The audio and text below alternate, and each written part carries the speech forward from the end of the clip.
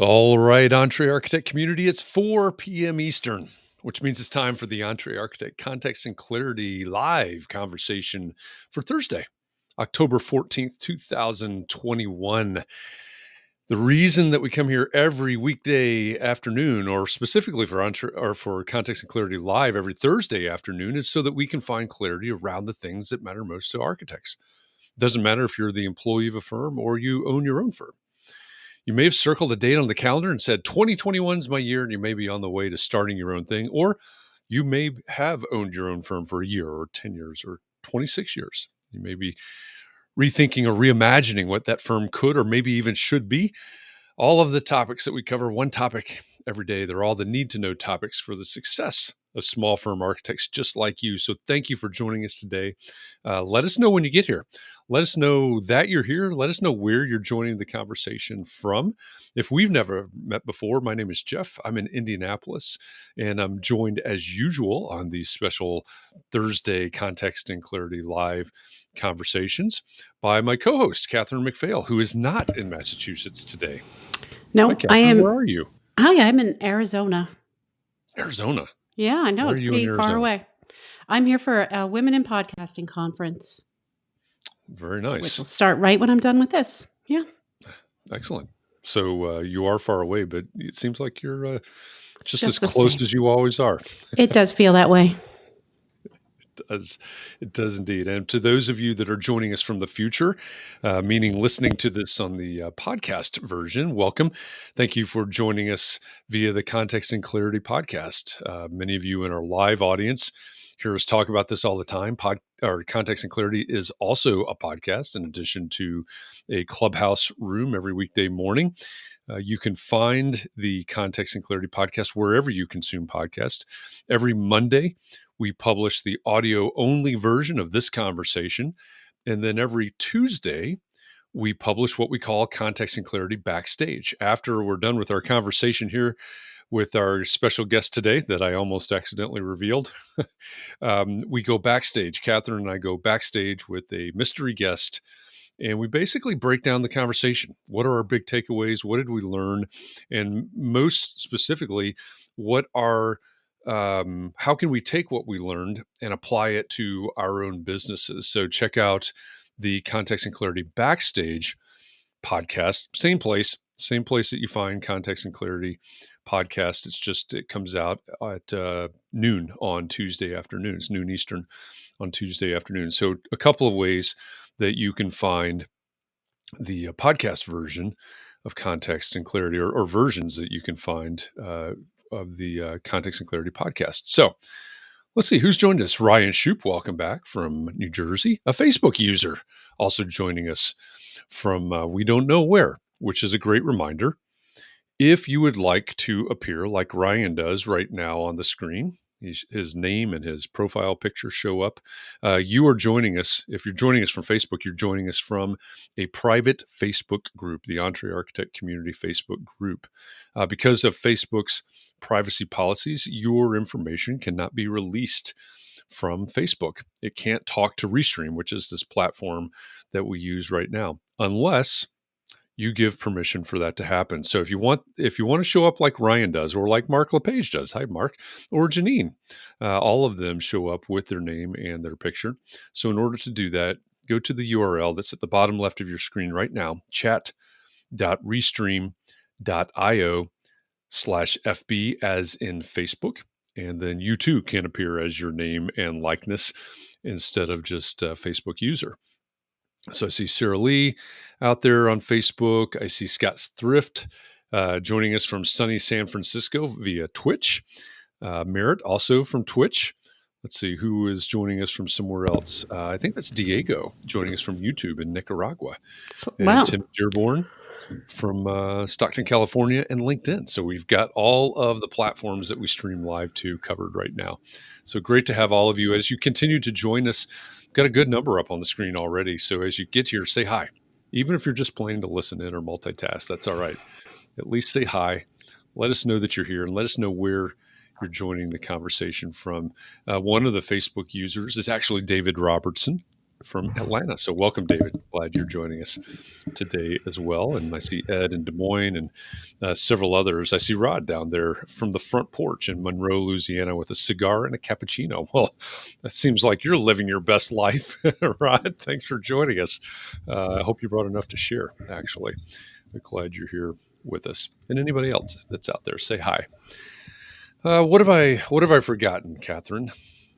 What I think you where are the pretty much wheels coming off? covered it. But you know what I forgot to tell you is that while I'm here in Phoenix, I am going to see Janine and Nicole, and Michelle's coming over from San Diego. So we're having a All mini right. a mini reunion, I guess. So I'm Excellent. excited Great. about that.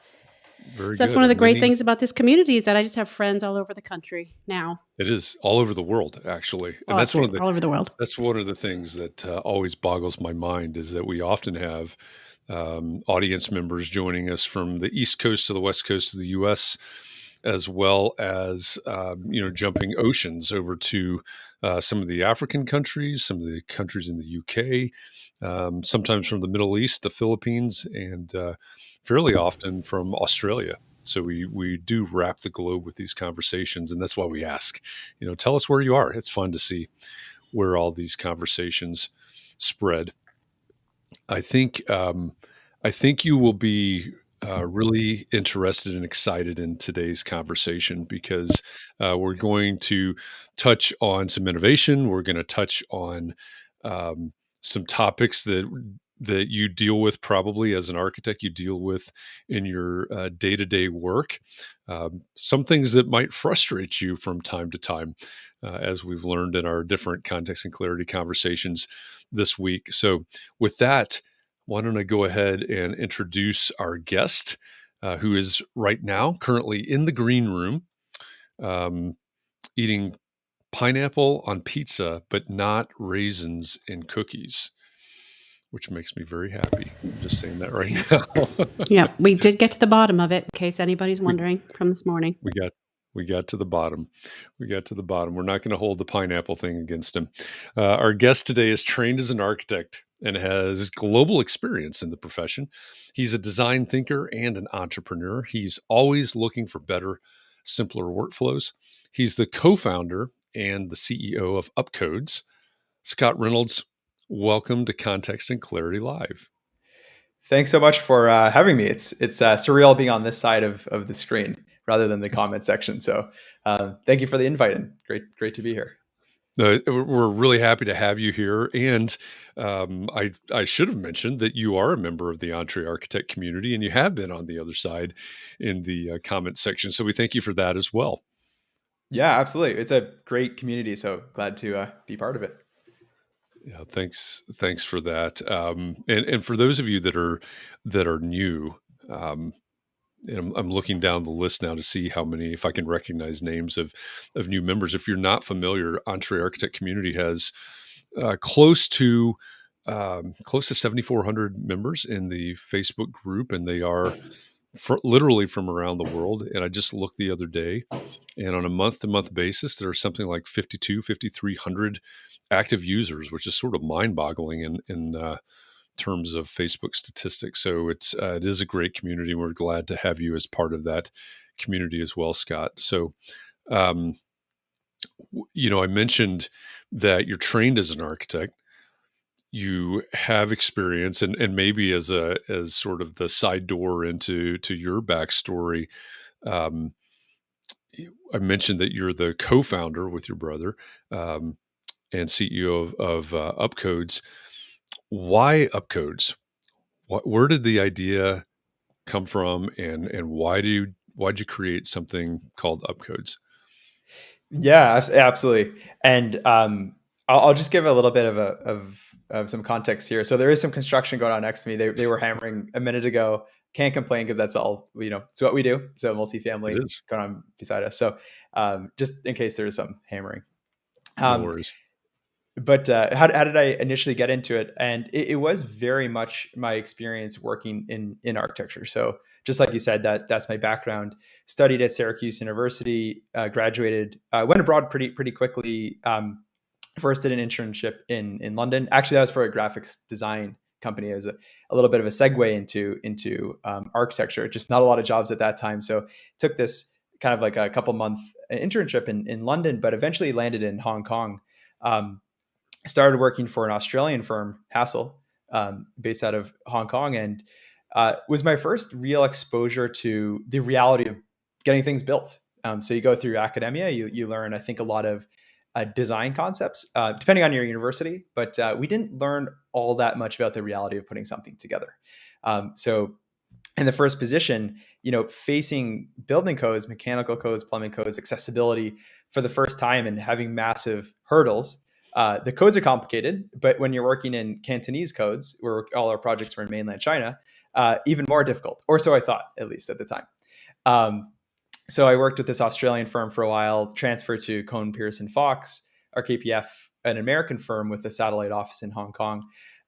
Did the same thing. So mainland China projects, typically high-rise commercial podium buildings, sometimes like a podium mixed use at the bottom, and it got a little bit tired of just being the passing information, figuring out what are the codes with the boots on the ground and at the project sites and our design office, whether it was in Sydney or Perth with Hassel or New York City with KPF, and decided to move to the US. I said, hey, I want to be on the design side. I want to start designing some of these buildings, not necessarily the one who passes the design constraints or the codes to our design teams.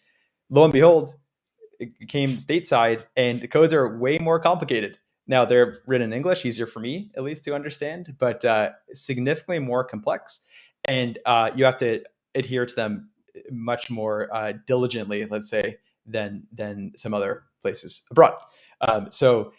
Where I thought I was going to go into an easier space in terms of managing codes, it was significantly harder.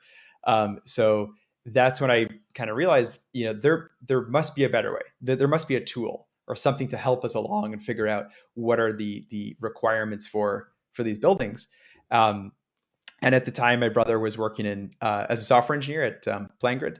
So a couple folks here might have come across PlanGrid at some point in time. He joined there in its early days, but one Thanksgiving, I brought him over to New York City, where I was living at the time, and said, can we use software? Can we leverage software to develop some tools around this? And that was kind of the beginning of UpCodes. Always meant to be a side project, but just got more and more traction as we kind of put it out there, shared it with colleagues, shared it with my network, and that's kind of the origin story. But maybe I'll pause there to see if there's any questions. You said you graduated, or when you graduated, when you did your internship with the graphic design house in London, that there weren't a lot of jobs. What year did you graduate? I graduated in 2011. Okay. So this is coming off the tail end of the recession, and everyone here knows, but architecture gets hit really hard, and while the economy was recovering, I'm sure everyone will remember this, but like the jobs were lagging quite a bit, and I think I was looking for a very specific type of firm, international projects, get to travel a little bit and experience the world. So for that very kind of niche kind of position, there was few and far in between until I got to Hong Kong, and it was a different story there. Right. Yeah, that makes sense. I was thinking, in terms of timing, and I listened to the interview that you did with Mark LePage for the Entre Architect podcast, maybe a couple of years ago now, in COVID time. The Mark mentioned something, and this is what always goes through my mind when we're talking about codes. Is my memory of building codes is the big binder, right, with the colored sheets that are the amendments, and you're talking about the different layers and how complicated things are. And I see Nicole has joined us from Arizona. She was talking the other morning on Clubhouse because she works. I think Nicole is licensed in something like 13 states or something, and not only, and what goes through my head is, wow, yeah, a lot of complicated, a lot of information, not necessarily written in a way that's easy for us to understand. And then you get down to the application, and then you're like Nicole, and you work across lots and lots of jurisdictions. So it makes total sense to me that as a young person in the profession, you go, wow, there's got to be a better way. Um, where so you decide there has to be a better way. You've tested it with your brother, who's the software engineer. What was the next step? What happens after that? Yeah, and I'll just mention too that that example of working across jurisdictions is definitely one of my frustrations. It's one of those things that you shouldn't really be a barrier to entry. Just figuring out like what are the codes, what's applicable, making sure you have all the amendments and the supplements, or even getting the right code. That should ideally in an ideal world you just take that for granted. Like that should be the starting line, and then the hard Right. part is designing or putting the buildings together. That's what we all get trained as, and I think that's the interesting hard part of the process. So the kind of inefficiencies of figuring out what's applicable, I think, is one of the things we're trying to tackle, certainly. But sorry, it's a bit of a tangent. To go back to your question, where did we go from there? So we kind of put it out there as a side project, like I was mentioned before, and it got more and more traction to the point where we're starting to get feedback and requests for like expanding, especially the code coverage. I think we were just focused on New York City at the beginning, so there's a lot of requests from across the country. To an extent, where we're like, hey, while this was kind of a fun project, there actually might be something behind it. Maybe it's not just my own pain point. It seems to resonate with a lot of folks. So we both, I don't know what the sequence was, but we both left our respective jobs. So I left KPF, Garrett left PlanGrid. I was in New York City at the time. He was in San Francisco, and we were the two of us were working remote, putting this together. So I was figuring out what codes are applicable, what codes should we bring on, how should the search engine work. And I had no background in shipping technology products. And I mean, I'm still learning just as much today as I was day one, but especially at that time, there's so many hurdles to learning a new workflow. It's how do you even get these websites stood up? What's the search engine in the background? What does the interface look like? What is user experience design and all these things? And Garrett, fortunately, he had some background to the technical side, but we kept pushing it forward. And eventually I moved to San Francisco so we could be located in the same place, and kind of built it from there. And it got more and more traction. And eventually enough traction that we actually took on some outside investment. And to give a little bit more context here, to that point, we were just using savings.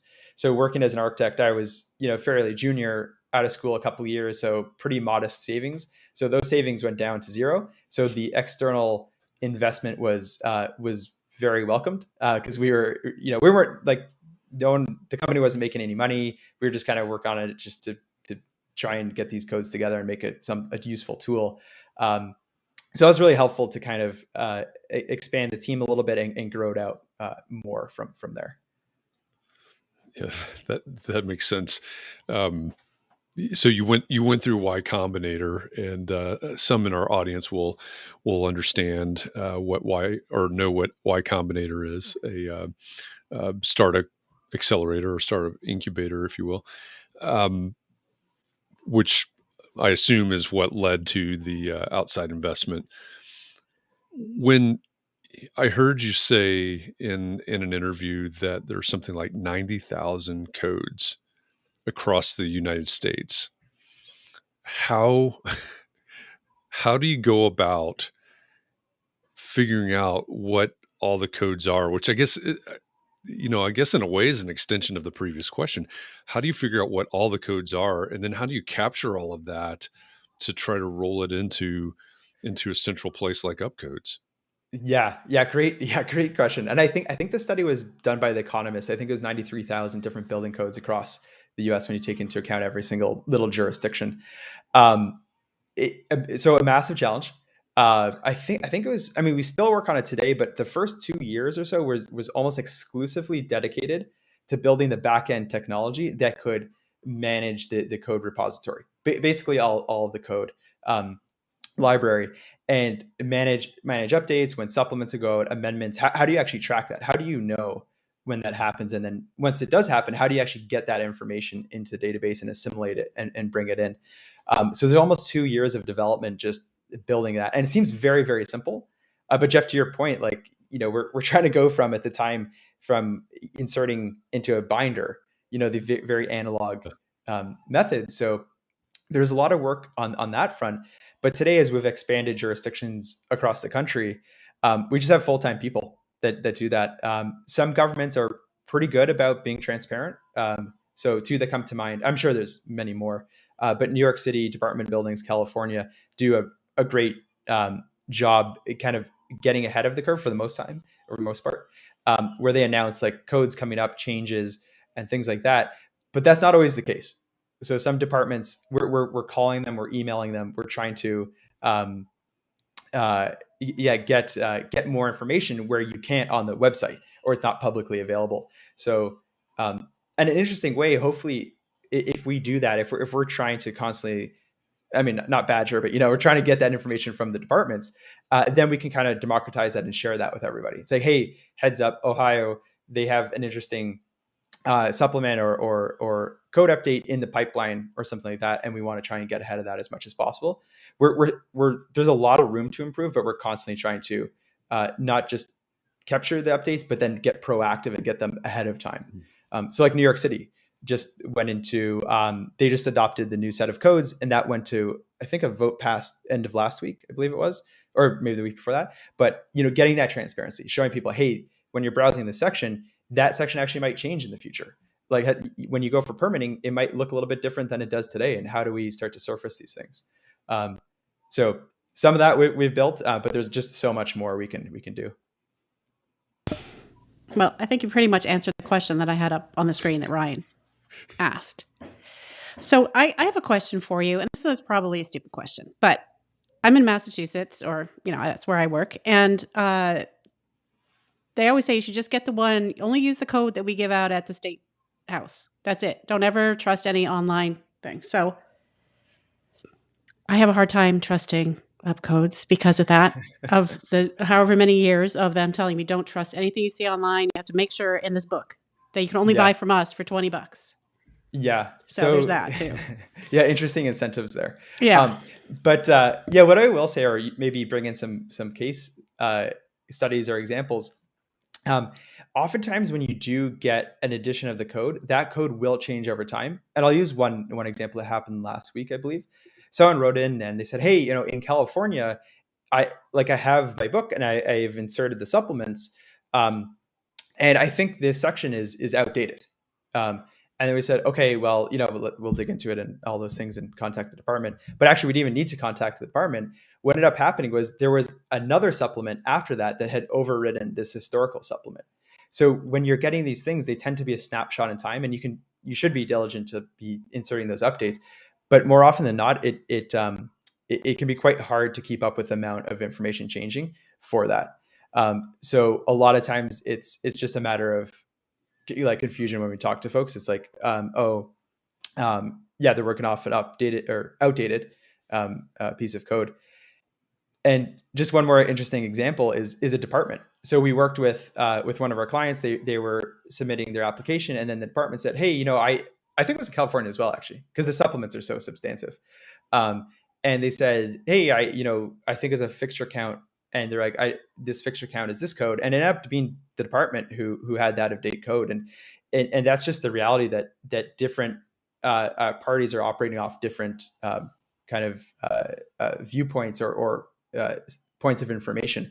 And a big ambition for us is to bring transparency and consistency to that. So there should never be a question. Is the building department working off the right information? Is the architect working off the right information? Ideally, it's just completely transparent. And I think the only way to do that is through a digital nature where you can keep these things instantaneously up to date. So along those lines, do you see that as a way for states to, like, as Chris was asking, is there a way for that to more easily happen? He was talking this morning about how he's also in Massachusetts and how it takes about 5 years or so for states to adopt the code. But then do you see a way for that to happen more quickly? Yeah. And this gets into a little bit of a tangent, but I think it's really interesting. So when we ingest, so that's when we bring the codes into the system, when new codes come out, there's a bunch of QA, QC automated, and then of course human as well. But in the QA, QC, it automatically flag potential issues in the code. It says, hey, the numbering sequence is not right. There's a conflict in the way the code is structured. So it'll automatically flag those things. And 9 times out of 10, it's an error in the original authoring of the code. So then we reach out to the department and we say, hey, here's a laundry list of what we think are going to be code errors. And then they confirm them. They're like, yes, this is an error. And then what we do is go on the site and say, like, here's a note, user note. This is an error, but it'll be fixed in the next edition. So you can picture that's a very kind of inefficient way to write the code. Like, they write the code, it gets shipped, we get it, we ingest it, we flag all these issues, then we have to go back to them, then they have to confirm that those are mistakes, then they have to catch that in a future update. Now, to go back to Chris's question, I think to make that much more streamlined, I think we can do or have some kind of collaboration where we provide the departments with these tools. It's like, let's catch that error before it ever goes to print. Let's make your authoring process more bulletproof and more reliable than just working in, say, Microsoft Word, where you do have the ability to do things out of order. And numerically, you can make mistakes or there's no kind of validations or checks done by it. So I think that's like a big area that we like to look into. Instead of being kind of retroactive and catching a lot of these errors. Yeah, that makes total sense to me. It might have been Chris that was telling me, he and I were talking the other day, talking about a zoning code, which, not a building code, but some jurisdiction had made some mistake and basically by accident overwritten, if you will, that's probably not the right term, but overwritten their entire zoning code. Which of course causes a huge problem. This whole idea of machine learning, AI technology assisting in this process, really, maybe it's just me, but it must not just be me. It seems to make a whole lot of sense to me because I still feel like at times that we're operating in 2021 and somewhere at ICC, sorry to call ICC out on the carpet, but there must be scribes in a room somewhere with quill pens doing all of this by hand versus the technology that's available to us. So it amazes me the amount of information and data that you're crunching through, which tells us that there's a lot of people that are working really, really hard and inefficiently somewhere else, and there's a better way to do it. Yeah, I completely agree. It reminds me a lot of comparing CAD to Revit, where CAD is a lot more freeform and certainly has advantages in certain capacities. But there are a lot of advantages to Revit, which provides a little bit of guardrails. So if you're making it an object, it will kind of define some of those parameters, and at least you have to like opt to get outside of certain parameters. And I think in a similar way, like creating the data in a very structured way not only prevents there from being errors, but also makes it easy to operate with. So like Jeff, like you're mentioning, like machine learning or AI, the more structured the data, and it doesn't need to be totally structured, but if it's semi-structured, it's significantly easier to work with than just free-form text, which is notoriously difficult. So speaking of AutoCAD, Revit, whatever, pick your platform, pick your software. I think you've talked before about a way to, I'm going to say, connect UpCodes with the software that you're using. Are you still working on that? Is that still a thing, or what's the future of that? Yeah, so that is definitely the roadmap or the future we want to work towards. And for a brief stint, we did a Revit plugin. So it would look at the BIM and start to identify potential code issues. So it would flag specifically around ADA checks. But the problem was we could look at a bathroom and start to assess it for ADA compatibility. But the problem was, does that bathroom even need to be ADA compliant or not in the first place? We couldn't really answer that. So we had this kind of large scale scoping problem where we didn't know where this building was located, the occupants, or like what the requirements are for this. So we actually took a step back where we said, okay, let's define the requirements. So what is this building? Who's occupying the building?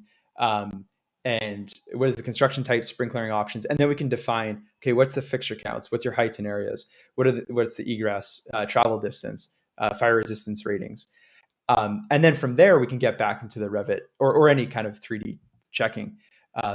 And just as a company, that's what we're focused on today, and is what we call code calculators, defining the scoping requirements for the building and generating a code sheet. And then ideally in the near future, that'll unlock us to get back into BIM model checking, where then we can say, okay, we know you need this many fixtures. Here's your ADA scoping, heights and areas, travel distance. And then we can go through and document and start to flag issues and kind of queue up that code report for the AHJ. That's amazing that you could do. If you could do that, that would be pretty amazing. It's going to take a lot of work. I'll just say that it's when you dive into the 3D land, it's and especially Revit, very, very messy data. Unfortunately from Autodesk, but it's challenging. But I think it'll be worth it. Well, to follow up on that, we had a question this morning. Will you end up selling to Autodesk or Amazon? Because Amazon buys everything, but Autodesk makes more sense, probably. Yeah, it's really interesting because there tends to be these convergence of software. So, like, I think everyone seems to be, when I say everyone, I mean the big players, seem to be moving towards having like a suite of tools. But I think where we want to take the company, I don't think would be all that compatible with some of these large, like Autodesk. Trying to think of some other big players in the space. It'll come back to me that the other one I was thinking of, but they bought Echols. But anyways, yeah. So there is this convergence, but I think in a way you give up your roadmap and it's going to be shaped towards what they view and the way they view the world. And I think there is a huge amount of benefit to being independent, where you can try and define what you want the workflows to be, not answering or in service of this other product, if that makes sense. And we have one request to not do that. So then it sounds like we're aligned. I'm glad. Well, you mentioned workflow, and I think probably that's in a way the most important thing that we're talking about here. And one, I don't remember if it was yesterday in our context and clarity conversation or if it was this morning on Clubhouse, but I think it was yesterday. I think it was Javier was talking about how he learned to do code research. So, and you created this. I mean, you were relatively young in the field when you created this. Not right out of school, obviously, but I think there are many people in the profession that are, they're out of school for several years before they're really digging too deep into building code. So what's the difference with a tool like UpCodes versus the binder on the shelf? What's the difference for a young person that's making their way in the profession and learning things like how to do code review or simply how to look things up, I guess, maybe not even putting together a code sheet, but what's the difference in the way that they're able to research and learn now with a tool like this? Yeah. So I think in a couple areas, and starting from basic to more advanced, from a very basic level, just searching and cutting across your jurisdiction. So lifting out when you're executing a search in, say, like Ohio or Massachusetts or Florida or Texas, cutting through that whole jurisdiction and lifting out codes from not just the building code or let's say an ICC based adoption. I think I saw in the chat like NFPA, but a lot of the codes are written in non-compatible formats, and people have probably come across that more times than they would like to, or they're like at all, especially when it comes to NFPA versus ICC. But now that we've brought those codes into kind of a consolidated ecosystem, so to answer that question really quickly, so actually we do have a lot of NFPA based adoptions, which is new as of a couple months ago. But executing a search and then lifting out the relevant codes, and maybe if there's a more stringent code. So especially if you're more junior, you might be looking exclusively at, let's say, the mechanical code or the building code or residential code, not knowing that there's a more restrictive code in another publication. So that's like a very simple kind of way kind of cutting through and searching can help. And then kind of the middle step is illustrations and diagrams. So to engage with this topic that codes are very hard to interpret and to understand how they apply to your project, we've started to layer on top diagrams that help unpack the code or examples. So it could say, okay, here's like gross first net area. Here's an example of how you might go about that, or to explain it in a visually, and then with plain English. Or an example like 1 hour, 2 hour fire rated wall, or an assembly. So attaching these visual diagrams, and then in that diagram, linking the code. So it's like, here's a topic. You are looking at a 2 hour fire rated wall via this section, but here's 5 other sections you should be looking at as a heads up. Like you can't just look at one place in the code. So that's the second one is layering on top these diagrams and visual unpackings of the code as an intermediate step. And then I would say like the most advanced way would be doing the code calculators. So going to the inputs, this is where we're located, this is the occupants, this is the construction type, and playing with those inputs and seeing all the downstream code implications. Because you'll get the code sheet and you can go and change your construction type or change maybe the gross area on a certain occupancy and see what the downstream impact would be. Or is this a horizontal separation, and what construction types can I use? And there's a ton of guides that says, okay, if you are using this horizontal separation, there's restrictions on the occupancies you can have above that. So building a lot of these guides, but also flags and validations to start to determine, to say, hey, there might be an issue with this proposed design. So a lot of that is built into the product. And then lastly with that, when you do have your code sheet, each module, so let's say like building height, has an explanation. So there's a little explanation button you can click and it'll walk through step by step. This is how you get to the end result. So it's by no means like a black box. You can say, this is how my project maps across all the different formulas and lookup tables, and you can track your whole project through it. And that's all linked back to the code. So we're always encouraging, especially the junior folks, to get back into the code. So yes, like we did the calculation for you, but here's the proof of work, and you should be looking at those sections to get familiar. This is where we're pulling those sections from. So obviously helps with the calculation and documentation, but education is a big component of that. You had me at the wall types because the minute you said this, I had this visceral memory of sitting at my desk with multiple code books opened. Right? Because you're looking, right, right. You got to have a 2 hour separation. Okay, what's that? Right. And we've got another book open. Mm-hmm. It's amazing. I think the top 5 most popular diagrams, I think there's a 1 hour fire partition, 2 hour firewall, a grade plane calculation. And I forgot what the other 2 of the top 5 are, but I think you and a lot of other folks, they found a lot of value. That's tremendous. So what about, this is another thing, because a lot of our community are probably almost all of our community, small firm architects. Many are residential, do mainly residential work. Some will do, for the majority of their career, will do a specific project type in a specific jurisdiction or very close to that. So what's the benefit of, again, something like UpCodes for an architect that may do custom homes in, I don't know, in upstate New York, as a for instance, where they're maybe not going all that deep into all the sections of the code all the time. Mm-hmm. Yeah. So, and it's also a great use case. And I was just chatting with someone this morning about that. So there's shared projects, and sorry, I'm diving into all these different workflows. That's good. But you can create a project or a template for a building. So if you're going to do a lot of the same kind of project types, you can create a template or just crib off of a historical project, but you have a kind of a description of the project. You have all your bookmarks of the relevant code, the annotations. If you do want to use the code calculators, those are there as well.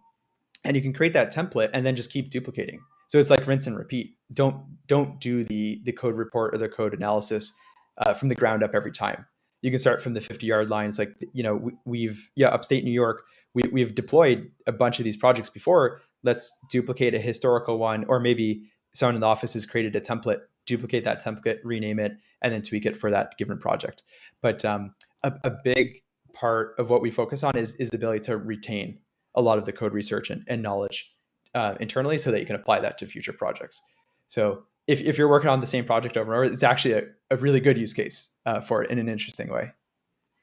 Yeah, and so I designed a custom home today, 2021, upstate New York, and then I don't know what the right time frame would be, but let's say I do another one in 2023. Code may have changed, and so I've got that template, but it's going to be updated, right? With as the code is updated. Mm-hmm. So great question. And that's actually what we're working on now is updating it, migrating it to either different jurisdictions or updated code years. So let's say you had one in the 2015 New York State, and you want to bring that to the 2020 edition. You could, or shortly in the future, you'll be able to say, okay, duplicate it, but update it to this new set. Or if you're working in New York State and you want to go to Connecticut or Massachusetts, you could say, we have a very similar project, duplicate that and tweak it for Massachusetts, and then automatically flag where the codes differ. So if a section doesn't exist, or they have a new exception, or they've removed an exception that you're using, it can automatically flag that.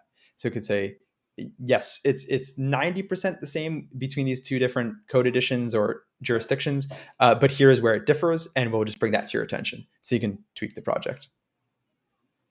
That's pretty amazing. So as we think about the way that codes are developed now, and we sort of touched on this a little bit earlier, in the future, do you see yourself, meaning you, UpCodes, or simply enough critical mass behind an idea like UpCodes, do you see that having an impact on the way that codes are written and organized? So I certainly hope so, to answer that concisely.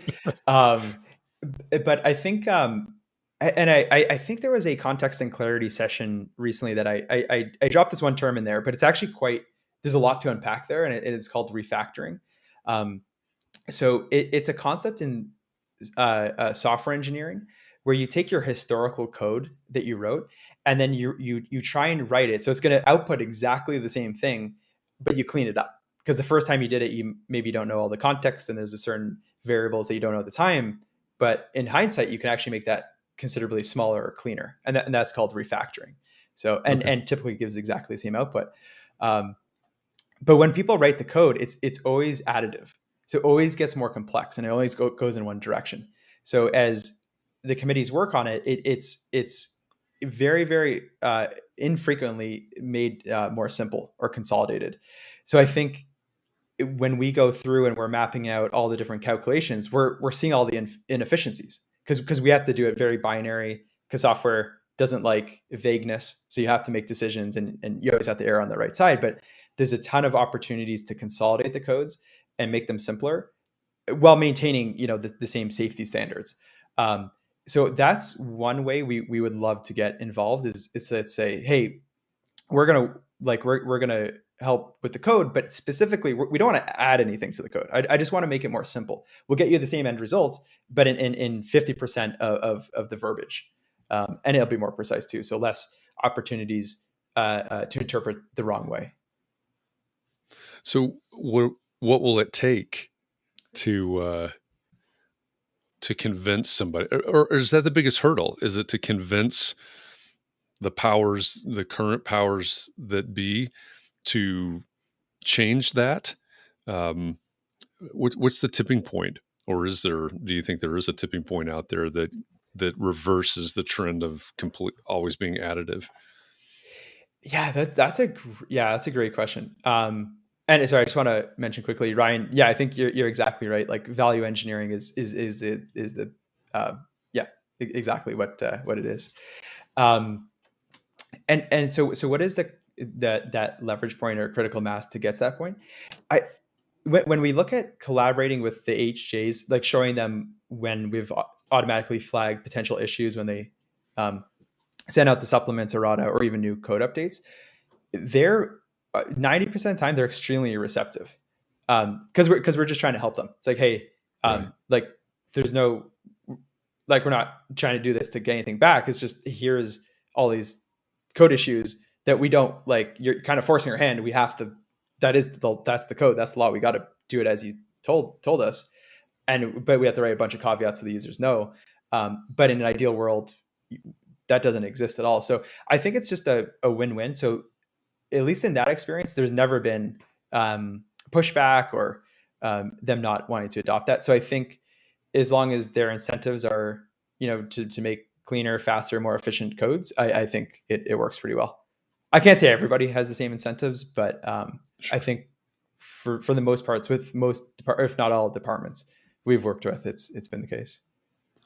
So there's an ongoing lawsuit right now, which we can touch on, but skipping ahead maybe a step or two, is there ever a scenario that you can see where you're somehow teamed up with the ICC?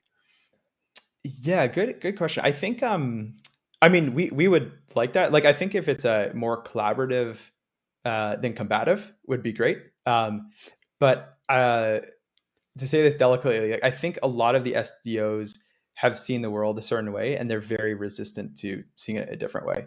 And they've made massive quantities of money from that, and I think they're very incentivized to not have things change. So it is a bit of a more difficult conversation when the way they're incentivized, there's no reason for them to modernize that process or introduce these things, because it's like, well, things have been pretty good for the last 20 years for us. So like, why do we want anything to change? So we've so to answer your question, ideally it's collaborative. Hopefully we get there at some point, but I think it's they're gonna have to be a little bit more flexible in how they view the world. Yeah, you're breaking their business model at this point, I guess. Well, or actually, asking them to. Well, actually, just to chime in on that for just really quickly. They are a nonprofit technically, despite their salaries. But if you look at the amount, their revenue line items, publication sales, so actually selling the book or the online subscriptions, account for less than 15% of the revenue. So when they say that, this is critical for the organization going forward, it's like, well, it only represents 15% of your revenue, so that's pretty interesting. The bulk of the revenue comes from accreditation programs and kind of all the auxiliary content around being a publisher. So Ed wanted to know about pricing. He says, I am perusing the UpCodes website. Scott, please elaborate on some of the subscription offerings: code calculator, code sheet, export, code diagram.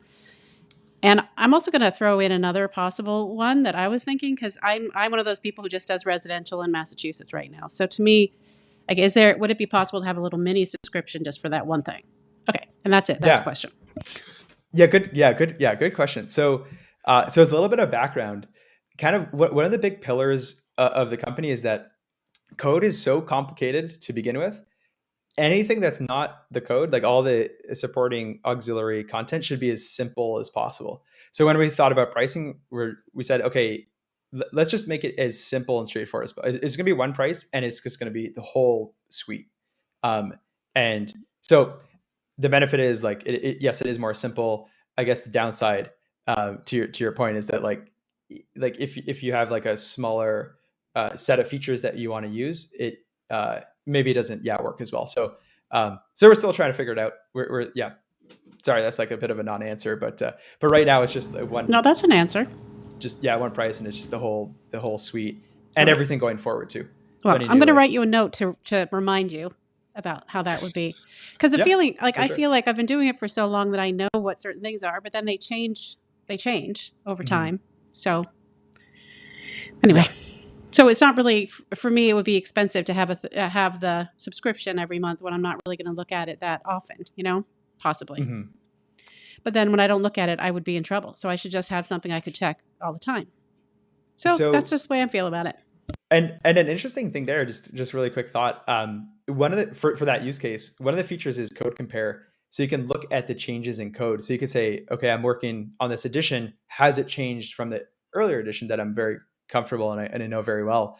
And it'll highlight exactly where the text has changed. So like these words have been added, this exception's been added, or this one's been removed. If it's been relocated in the same code, it tells you where it's gone, and then you can go click and you can compare. So it doesn't solve the frequency issue, but hopefully it solves the understanding. Has that section changed or has any language? Yeah, it would just be interesting reading, because honestly, I love rules like that. So yeah, I could just read it for fun, I guess. If you want to see interesting, you compare whatever jurisdiction you're into, like California or New York City, and then see the differences between those. And it's just those are the most extreme, where everything gets chopped up and moved all over. Katharine, I think it would take it from being a code business tool to probably a hobby, where you sat around at night and compared all these things and across different jurisdictions. Right. And if I could only find one or two other people who would also like to do that, we could just have Zoom meetings that we just talk about. Did you see this difference in code? That's fascinating. You could have a code club. A code club, exactly. Instead of a book club, you have a code club. Right. The UpCodes Code Club. Yeah, I can see my life getting really exciting. It could be exciting. We've actually chatted a bunch about, we didn't call it the Code Club, but basically like a forum. Like, can we create some place where folks can talk to each other and maybe it's differences or helping analyze, what this section means. And we're still trying to wrap our heads around it. So, I mean, I'd love to hear from the community, but what we're trying to figure out is that there is a risk of someone who might have a high degree of confidence, but not know the section that well. So they might come in and answer and say like, this is what it is, but it might not be correct, and therefore like a little bit challenging to parse the signal from the noise. But I think there's something there, because if we can pool our knowledge together and then just have this open discussion and forum, then hopefully we can surface some of these answers. Yeah, it would just be for code nerds. It wouldn't really be for information, because we go to you for information. We would just sit around and, I don't know, talk about code for fun. Someone else had written earlier about zoning. Could you do that for zoning? But that would be impossible. I feel like there's no way on earth you could do that. That would be every single town in the whole country would have a different. Yeah. So exactly that. It differs to such a high extent depending on your geography or where you're based. It's almost impossible to scale up across. And in fact, there's a couple of companies, Envelope.city, I think, out of New York. I think there's one in the Midwest or the West. Forget their name, but there are a couple that tackled that. But the scaling, getting outside of your jurisdictions, is extremely difficult. Yeah. Do you have any competitors? Well, this kind of goes back to the legal aspect. I think we would have competitors if they hadn't been kind of artificially suppressed in the last 10 years. We've connected with a lot of folks who said like, hey, we wanted to do something very similar to what we're doing today, or something else, but related. Like someone was talking about like a firewall calculator, and it just helped a ton with sprinklering codes and like fire codes and do all these things. And companies too, not just individuals. And we've talked to so many folks that wanted to do that, but just got really threatening, nasty letters from the lawyers. And who knows what those tools could have become if the ecosystem of codes was more open. So hopefully going forward, now that we've laid down more and more case law that yes, these things enter the public domain when they're adopted into law, no one can copyright the law, which should be obvious, but like you do need the judges to say that. Hopefully people start to come in and develop in all sorts of tools and areas. And I think ideally it'd be just as thriving and robust as other industries. So if you look at lawyers or you look at really anyone else, when it comes to their tool set, they have a bunch of different options to choose from. So maybe in 5 years, you might choose from 3 or 4 very strong options, and maybe they're unique to, say, like residential, or maybe they're unique to commercial or this part of the country. But yeah, I'm looking forward to it now that things are opening up substantially. That's excellent. That's excellent. It this whole idea of democratizing it all makes a lot of sense. Okay, so Ryan wanted to know which would be better or worse, Code Club or Door Hardware Club. It is hard to choose. They're totally different things. You could have both. Well, I don't know. You don't have to have one or the other. Door Hardware Club would be kind of fun, actually, I think. I don't know if anyone's come across it, but there's a website called I Dig Hardware, I think it is. And it's a little bit bigger than just door hardware, but it's pretty in line actually. So we that one might be taken. Okay, well, I'll have to go join it. Good articles, great articles actually. You can see exactly where Ryan's interests are. So, I'm envisioning we need a couple of shirts here. There's one that says code nerd. There's one that says door nerd, maybe. And there's one that just says nerd, and it covers everything. I mean, you can have a variety of interests if it just says nerd. This is true. This is true. Up nerd. Scott, this has been a fantastic and fascinating conversation. I am really just, you kind of hit in an area that really intrigues me about the future of the profession. We're going to have somebody on Context and Clarity Live in the near future to talk about AI and architecture, and I'm always fascinated. Catherine's shaking her head. It's almost over for us, Jeff. We're almost going to be replaced by these. Not until Skynet. Oh boy. But I love what you're doing here. Again, I'm most of the community knows that I am blissfully unaware of code research these days, and I'm not a UpCode user because of that. But I'm just fascinated by what I see and what I hear and what I see you doing. So thank you for joining us today and sharing all this information with us. Yeah, well, thanks so much for having me and for everyone that joined. And I'll just mention too, most of us come from industry but haven't practiced in now a couple of years. So the only way we keep our finger on the pulse for what to build is by connecting with the community. So if there is code coverage or features or anything like that you'd love to see or like to see, definitely let us know. My email is scott@UpCodes, or you can reach out to us on LinkedIn or Twitter or directly over the website. We just love to connect with the community, and always here to chat. So if you have any ideas or anything like that, we'd love to connect. Yeah, that's excellent. I appreciate that. So everybody, whether you're in the live audience right now or you're listening in the future on the podcast version, Scott mentioned it, right? He wants to hear from the community. And I think that ties directly into what they're doing here at UpCodes. Give them a shout out, in whichever way makes sense, and help them make what they're doing better and more useful to you. I'm really looking forward to seeing where all of this goes. So thanks again, Scott. And to all of our audience here, whether you're live right now or listening in the future on the podcast, thank you. Thanks for all your questions and your comments here live. Thanks for making Context and Clarity a thing. I say this every week because it's true. If it weren't for all of you, we wouldn't be having this conversation with Scott right now. We just turned the corner. I guess it was last Wednesday. So you heard this at the end of last week's episode as well.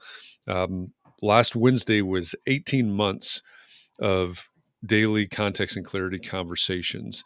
And I don't have any idea how many of these Context and Clarity lives that we've done now, but that's only because of all of you. That's only because all of you show up and you say, hey, this is what we're interested in. These are the questions we have. You attend and you drive these conversations. So I thank all of you for that, for making Context and Clarity thing. Katharine, as always, thank you for co-hosting this with me. Enjoy Arizona and say hello to Nicole and Janine and Michelle while you're there in your I will. Yep, your mini Context and Clarity reunion, I suppose. Your get together out there, and also the podcast conference there. So with that, everybody, again, appreciate all of you wherever you are and whenever you're listening or watching this. Take care of yourselves. Be well, be safe, take care of those that are around you, and find a little bit of time to breathe tonight.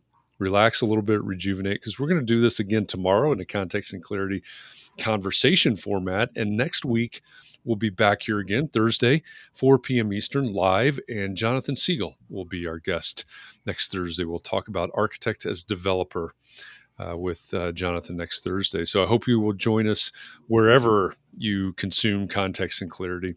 And until then, I hope that I will see you somewhere sometime soon. Thanks, everybody. Bye, everyone.